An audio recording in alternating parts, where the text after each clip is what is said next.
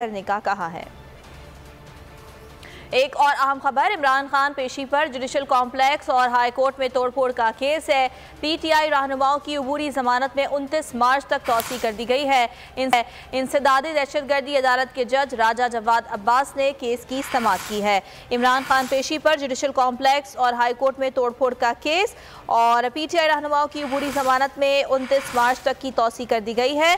इंसदादी अदालत के जज राजा जवाद अब्बास की जानिब से केस की समाअत की गई है और अब 29 मार्च तक अबूरी जमानत में तौसी कर दी गई है। इमरान खान पेशी पर जुडिशल कॉम्प्लेक्स और हाई कोर्ट में तोड़फोड़ का मामला था और इस केस की आज समाअत हुई है। पीटीआई रहनुमाओं की जानिब से जो अबूरी जमानत की दरख्वास्त दी गई थी, अब उनकी अबूरी जमानत में 29 मार्च तक तौसी कर दी गई है। और आपको ये भी बताएं कि इंसदादी दहशतगर्दी अदालत के जज राजा जवाद अब्बास की जानिब से केस की समाअत की गई।